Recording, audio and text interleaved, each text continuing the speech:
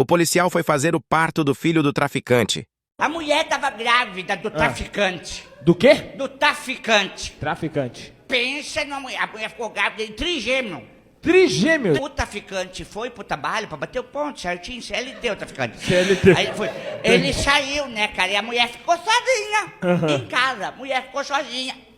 Entrou em trabalho de prato, cara. Parto. Isso. Meu Deus. Entrou em trabalho de prato. Sozinho em O casa. que é que faz quando tá sozinho? O que é que normalmente os vizinhos fazem? Ué, liga pra... Liga pra polícia. Ai. Mas ninguém sabia que o cara era traficante. A mulher sabia, daquele negócio todo. Mas e aí? Família sabia, mas as pessoas não sabiam. Ligaram pra polícia, cara.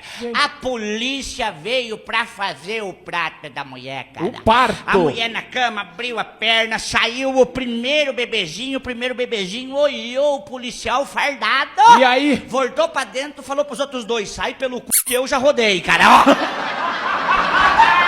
Ó.